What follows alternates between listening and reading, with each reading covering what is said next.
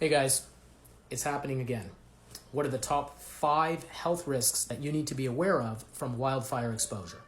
So number 1 is respiratory health effects. If you have underlying lung disease, particularly asthma or what we call COPD or chronic obstructive pulmonary disease, sometimes called emphysema or chronic bronchitis, you are very susceptible to that wildfire smoke, and breathing that in can trigger your underlying lung disease.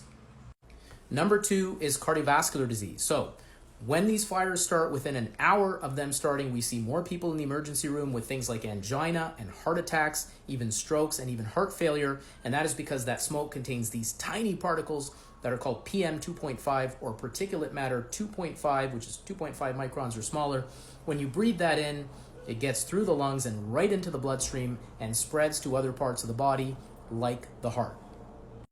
Number 3 is surprisingly infection. So it turns out when you breathe in that smoke, the damage that causes, the inflammation it causes in the lungs, and the impact it has on the immune system makes us more vulnerable, particularly to respiratory infections. There are a bunch of studies done during the pandemic that showed that during wildfires, people who lived closer to those wildfires had a higher risk of getting COVID and more severe COVID disease. So respiratory infection susceptibility.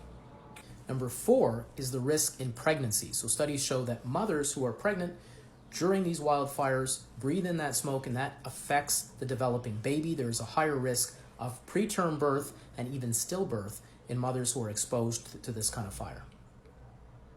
The last one, number 5, is skin irritation. So a lot of people have eczema or atopic dermatitis. That tends to get worse with exposure to the smoke. I feel like we're going to be talking about this a lot this summer.